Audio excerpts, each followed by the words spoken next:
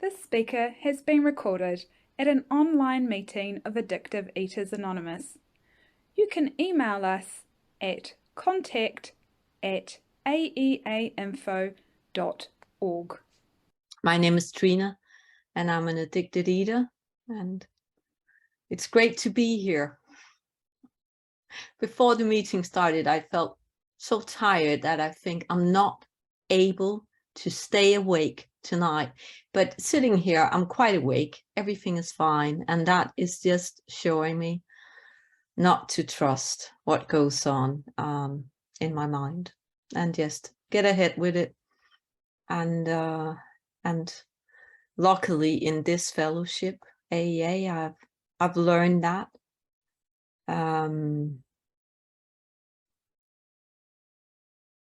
I just this afternoon read a story in our book, Alcoholic Anonymous, where this woman talks about the keys to the kingdom, and she talks about there's a new sense of belonging and to be needed, to be loved, and not to be alone anymore.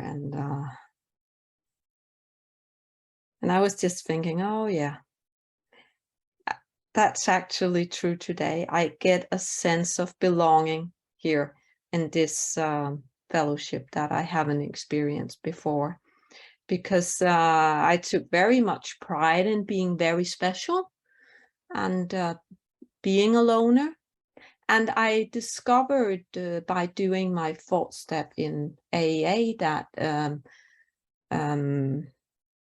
that was actually, I would have sworn that wasn't something that I choose to do, but I could see others do stuff and I would just not find it interesting, not want to be a part of that. Even as a child, they were playing and they would say, come, and I would say no, because that was not the game I wanted to play. So I have just been very occupied with telling others, oh, we need to play this, we need to do that.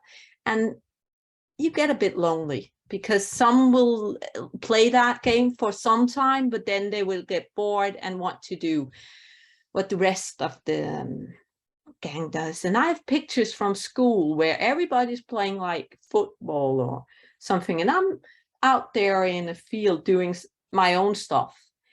And I really I lived very much in my own imagination, in my own head, in my own dreams, and often I felt like, oh, it's actually easier just to be here. It's actually easier just to be alone with myself and my thoughts and not being interrupted with all the others,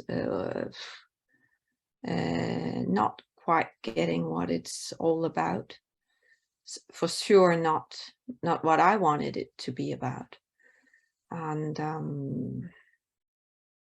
yeah. And I remember making amends to an old teacher where she talked about me as a child, and she said, nobody was as stubborn as you, Trine, and your mom could not make you do anything you hadn't set your mind up to. And I thought, sounds a bit really, because I thought I thought, oh, it was a hard childhood and they didn't want to play with me and I was alone. But I can really, through a thorough thought step, I could really sort of see a pattern there, that I want things done my way or not at all. And yeah, why am I talking so much about it? Because it's just been such a relief.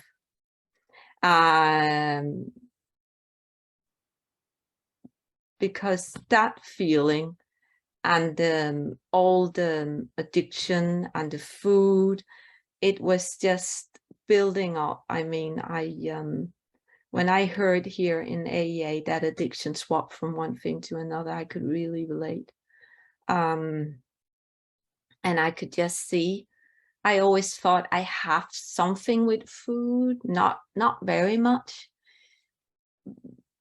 because I've been starving for some periods, and then it was like it took over. But then there was these periods where I had it and it was working, and I was so thrilled. And then something happened and it will all just burst. And for me with food, it was also this like a hiding game that if you didn't see it, it didn't happen. So a lot of it happened on my own, with myself alone. And yeah, it's just a very lonely way to be. And I always, when something didn't go my way, I always got angry with my weight. I always found that might be the cause of what happened. And even no matter what we were talking about, I would somehow in my head, in my thinking, make it all about the weight. Yeah. And yeah. And I just didn't think there was anything to do, but I came to another food fellowship for many years, and I tried to control, and didn't really work for me. But then I met some members of AEA, and they told me about this freedom they had from food and the freedom in their life. And what struck me most was that there was some kind of a light feeling and a happy feeling about their life. They kind of sounded like they were excited about their life, and they were willing to talk to me about it. And they made sure that if I wanted it, and I was welcome to come back and to hear more, and if not, that was fine, because that was just, and that really, nobody tried to persuade me here. I had to ask myself if I could get help. And I have a story of many years in AA and not drinking. So it took some time, because I thought I knew it all. I thought I knew the book, the program, and I did, but I didn't know how to make it work in my life. And then to work through this program, to read the big book, and to work the steps, that really made a huge change in my life. Yeah, and has given me a whole new sense of freedom and belonging. And yeah.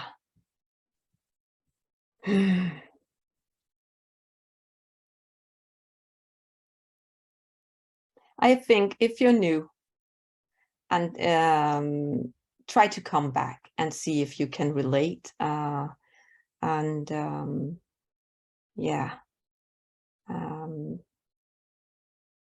there's much on offer here, and for me it has surely changed my life and my perspective. And I remember just being, I will finish up on that, a bit shocked when somebody finished a phone call saying, oh yeah, go out there and enjoy life. Because I always thought that life should be a bit hard. You know, if you ask me, how are you, Trine? I would say, not so good. I would not, and there could be absolutely nothing wrong, but I would just feel, oh, it's heavy. And if somebody at work said to me, oh, you look a bit pale, I would go home. I would say, oh, I'm feeling sick. And I would go home. I would leave. It would be insane. I wouldn't be sick. But if somebody just said, you look a bit pale, gone. So there was, here in AEA, I had to learn a whole new discipline of work ethics and showing up and being present and work at work and be with my family. And I was so I was so thrilled with myself when I started making food for my husband and daughter. And I was told that's a very normal thing to do. It's not like we need to celebrate it. It's a common thing. But for me, it was just like these everyday things were just not something I did.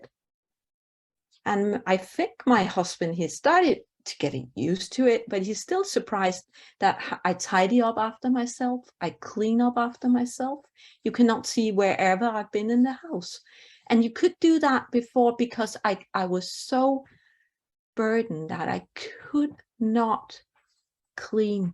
I tell you, if I'd done something in the kitchen, that would be enough. I had enough on my shoulders. And it's not like that today. And yeah, that's just great. And what I never thought is that I would sort of wake up, because before I was also I would need many times a day to lie down and sleep and relax, exhausted just from, I don't know even what I was doing. I was just exhausted even when I got up. And today, it's not like that. And I remember sitting at colleagues and I would wonder, how can you sit up on a chair a whole day? I couldn't.